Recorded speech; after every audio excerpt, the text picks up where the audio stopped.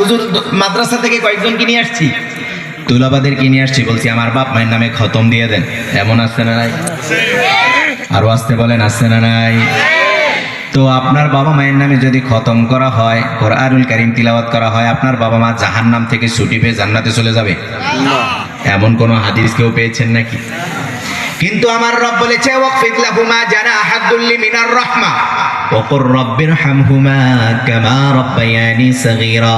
হে আমার রব, ও আমার রব, ছোট্টবেলায় যতটা মায়ায়, যতটা সোহাগ বড়া মাখায় আমার পিতামাতা আমাকে লালন পালন করেছে, আজকে আমার পিতামাতার প্রতি আপনি তেমন আচরণ করুন। আল্লাহু আকবার। এই দোয়া আমাদেরকে শিক্ষা দিয়েছেন কি? বহু মুরব্বী আছে কোরআন পড়ে না, আবার কোরআন পড়তেও জানে না, বলে হুজুর ভুলে গেছি। এমন আছে না নাই? যদি বলি কোরআনটা একটু পড়েন, বলে আগের মতো চোখে দেখি না। কি বলে? আগের মতো চোখে দেখি না। কিন্তু একই ব্যক্তিকে আপনি 5টা জমির ভেজাল দলিল এনে দেন, দেখবেন যে বলবে এটাতে এই সমস্যা, ওটাতে এই ঝামেলা, এটাতে এই সমস্যা, এটার এই দাগে এই সমস্যা, ঠিক কি না? কিন্তু কোরআনটা পড়তে পারে? এমন আছে না নাই? রাসূলুল্লাহ সিরাত পড়ে না, আবার বলবে আমরা ইসলাম শরিয়া চাই। উম্মার 90% অবস্থা এই বেগতিক। এই জন্যই মুশরিকগুলো আমাদের মাথার উপর চেপে বসেছে, ঠিক কি না?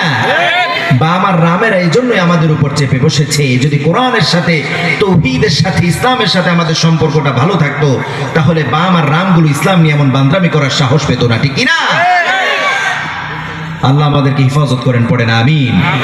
আরো চিৎকার করে পড়েন আমিন। আমার রব বললেন, গোলাম এই কিতাবটা আমি তোমাদেরকে দিয়ে মহিমান্বিত করে দিয়েছি, সম্মানিত করে দিয়েছি।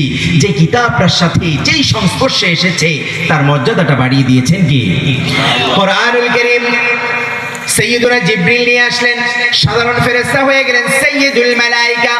আবার কোরআনুল কারীম আল্লাহর হাবিবের প্রতি নাজিল হয়েছে, তিনি হয়ে গেলেন সাইয়্যিদুল আম্বিয়া, যাকে আল্লাহ সরকার, সরদার, সাইয়্যিদুল কাউনাইন, সাইয়্যিদুল মুরসালিন, সাইয়্যিদুন নাস, সাইয়্যিদুর রাসূল রাহমাতাল লিল আলামিন, যিনি শামসুন কমারুন বদরুন নূরুন আলা নূর মুহাম্মদ সাল্লাল্লাহু আলাইহি ওয়াসাল্লাম।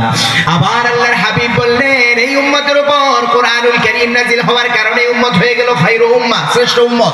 আল্লাহু আকবার। আবার রমজানুল মুবারক এই যে আসছে, শাহরু রমাদান, এই রমজানুল মুবারককে আল্লাহ রাব্বুল আলামিন বললেন এটা হচ্ছে সাইয়্যিদুশ শুহুর, শ্রেষ্ঠ মাস ঘোষণা দিলেন কি? আবার রমজানুল মুবারকের মধ্যে একটা রাত আছে, যেই রাত সাধারণ কোন রাত নয়, লাইলাতুল কদর খায়রুম মিন আলফি শাহর, সাধারণ মাস নয়, সাধারণ রাত নয়, হাজার মাসের চেয়ে শ্রেষ্ঠ রাত ঘোষণা দিয়ে দিয়েছেন কি?